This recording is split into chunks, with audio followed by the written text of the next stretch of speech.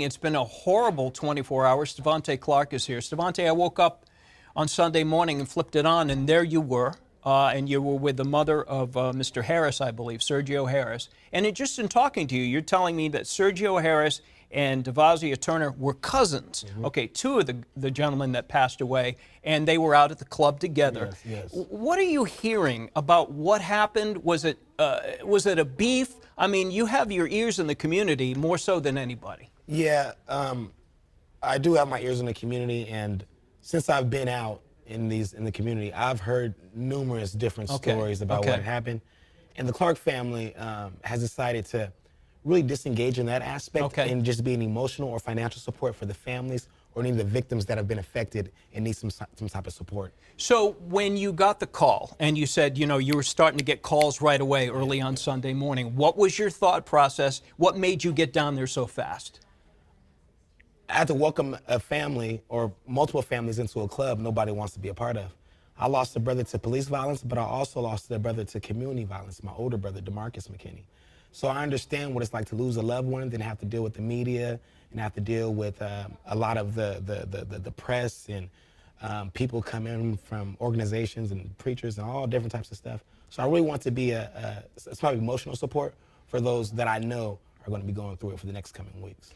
Well, I've watched you for a long time, from the early stages of you being in the media and to now.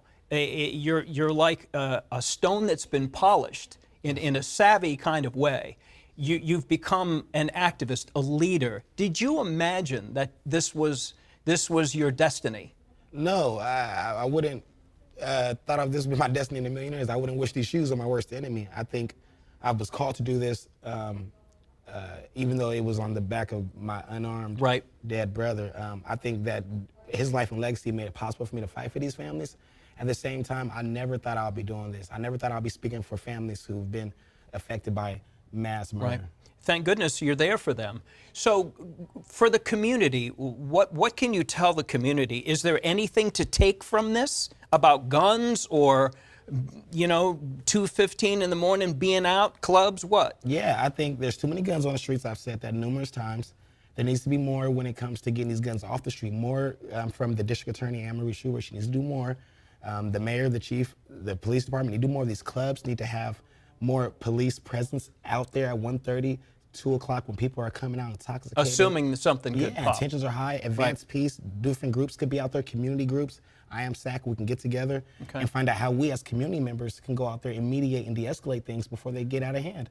But if we're not part of the solutions, I believe we're part of the problem. All right, Stevante Clark, thank you, my friend. Thank you for coming by. I appreciate that. And thanks for your leadership in the community. Yes, sir. All right.